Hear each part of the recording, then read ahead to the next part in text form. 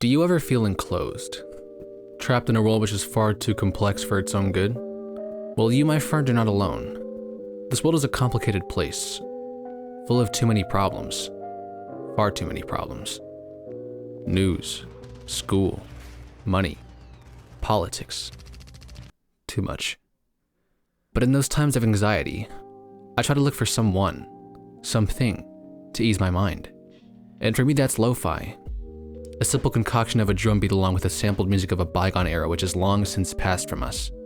And there's a certain beauty to lo-fi, a certain beauty to simplicity itself. It makes us feel calm. It brings us to a place which makes us realize that sometimes we just live a bit too fast for our own good. But why is that? What evokes that response in us?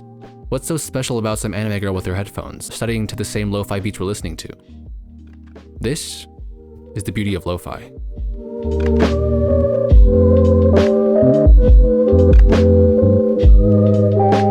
Lo-fi is everywhere. There isn't a single person I know who hasn't at least heard the name before. But where did this genre of music come from? Well, lo-fi, or low fidelity, doesn't exactly originate from just one person, or one thing, or one concept. In fact, lo-fi as a whole is very difficult to define. There isn't exactly a standout thing that's able to pinpoint it. Many people point to guys like Nujabe, Jay Dilla, and Madlib as the pioneers of what lo-fi would become, and it's clear to see why. Some of their early productions can definitely be seen in the modern scene of lo-fi today. So let's look at a piece like Life from Jay Dilla, which samples a composition from Bill Evans.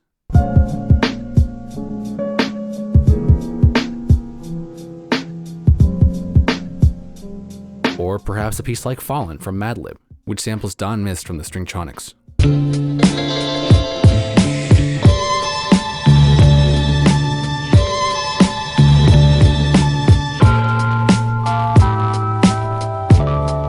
But pioneers aside, lo-fi can really be anything it wants to be, since all it really means is low quality. And this concept is exactly what ties lo-fi together. So with that being said, let's make our own lo-fi song. So let's take a song like Potato Salad, for example. Now this song on its own doesn't really have many lo-fi aspects to it. So let's give it this grainy sound. Give it an echo, and that's all there is to it. Really with the beef for calls of the gay fathers, nigga, we get dollars. Yes, it's that simple. And because of that, some lo-fi producers tend to base their sounds around just like how I did. Which, yes, I guess you could say it's pretty cheap and an easy cash grab, but I don't really see it that way. In fact, I think it's actually impressive how someone can do something as simple as that and make something so enjoyable to listen to. But my question still stands. What makes lo-fi click? Well, one can point to the aesthetic. Lo-fi has this certain feel to it that gives people this sense of comfort. Its instrumentation, paired along with the obvious intentional grainy sound that it has, creates this sense of relaxation with many people. Oftentimes when you watch lo-fi videos on YouTube, it's accompanied by an anime loop from a film and dialogue at the beginning. I love you, but you don't know what the song's about. Love you too. And while it is a little cheesy at times and probably made by a 15-year-old producer from Chicago, it's nice. It's calming. This VHS effect that tends to get put in all these songs gives people this feeling of nostalgia for a time they never lived. Let's examine a popular channel that I'm sure you've heard of, Dreamwave. A channel that specializes in uploading more obscure underground lo-fi music and bringing it to the spotlight. Many songs that were previously unknown have been brought to the public eye by this channel. Night Ride, 5:32 p.m., June Gloom, all songs which gained this cult following for the music that was provided. A lot of the music on many of these lo-fi channels also provide this background art or video along with the song that fits the mood of what's playing. And the art aspect of this music plays a crucial role in the feel of these songs. It's something you wouldn't really think about, artwork being an amplifier of a song. But truly, it is.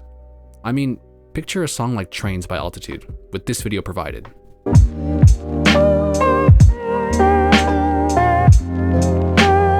And then picture it without it.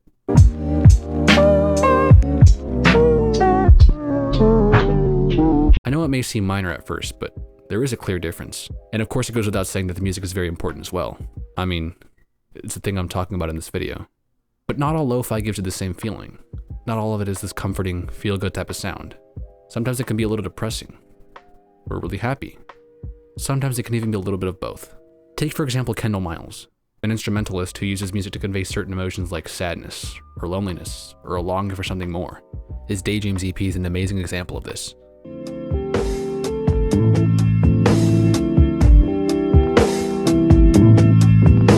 And while it may seem simple and lackluster at first, it's kind of beautiful. It's interesting to me how something so simple, a couple riffs on a guitar, and a simple looped beat tied together with a low quality effect can create these feelings of complexity. And that's kind of what makes lo-fi work. It wouldn't be lo-fi without that simplicity. It's supposed to be low quality. It's supposed to be simple. I mean, it was originally referred to as DIY music. When you look up lo-fi music on YouTube, you tend to find these word title schemes, like having them in all caps and with spaces in between. Some tend to not really make any sense or even be a little bit cliche at times, but it's all the same. It's simple. The musical genre of lo-fi has actually had an effect on music from very early on. I know it's weird to think that this has had an influence on music, but believe it or not, it has. So who has it influenced? Who exactly has incorporated the style into their music? Well, a lot actually. For example, let's look at an artist like MF Doom, a guy who's been around for decades making music. His styles of music tend to be whatever the hell he wants, but there is this level of low quality to his music and the sounds he uses. All of his pieces have this grainy lo-fi type of sound to it. Doomsday, Food, his Mad Villainy collab with Madlib, all of it could be attributed to having this lo-fi sound to it. And sure, you could say it was probably a result of the time period those albums were made in, the early 2000s, but by intention or not, it still is. So let's take a look at a more recent artist, like Girl Sweatshirt. Many of his projects have this sound which could be absolutely interpreted as lo-fi. I mean, fuck, his most recent project screams lo-fi. Listen to any song from Some Rap Songs or Feet of Clay, and you'll see exactly what I mean. Even the name Some Rap Songs is named like that by intention. The meaning is in the music. The titles are meant to be simple, but mysterious enough for you to be intrigued to listen to it, just like how lo-fi is. And these are just two of many artists who incorporate the style into their music. But even now we come right back to the original question. What makes lo-fi click? And I think the question can be answered as simply as that it's simple. It doesn't have these flashy images, these in-your-face beats, this deep-seated message within it. It's just there. It's just that. It's low quality. Something for you to listen to when you're studying, or trying to relax, or to have something in the background for you to get lost in. There's nothing to it at all. But that's what makes it something. That's what makes lo-fi click. The beauty, and its simplicity. Thanks for watching. I'm standing up and I'm telling you, I am Warhol. I am the #1 most impactful artist of our generation. I am Shakespeare in the flesh. Walt Disney, Nike, Google. Now who's gonna be the Medici family and stand up and let me create more? Or do you wanna marginalize me till I'm out of my moment?